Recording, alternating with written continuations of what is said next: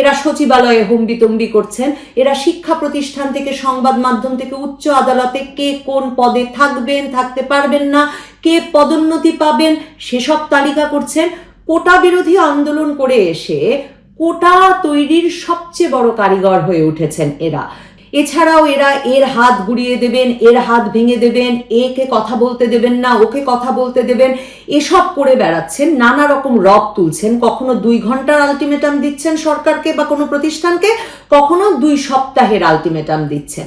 তো এত ক্ষমতা যাদের হাতে, তারা যে ক্ষমতার ভাগ বাটোয়ারা নিয়ে মারামারি করবেন, এটাই তো স্বাভাবিক। কি আদর্শে তাদের রাজনীতি এটা পরিষ্কার তারা এখন পর্যন্ত করেন নাই, 6 মাস চলে গেছে।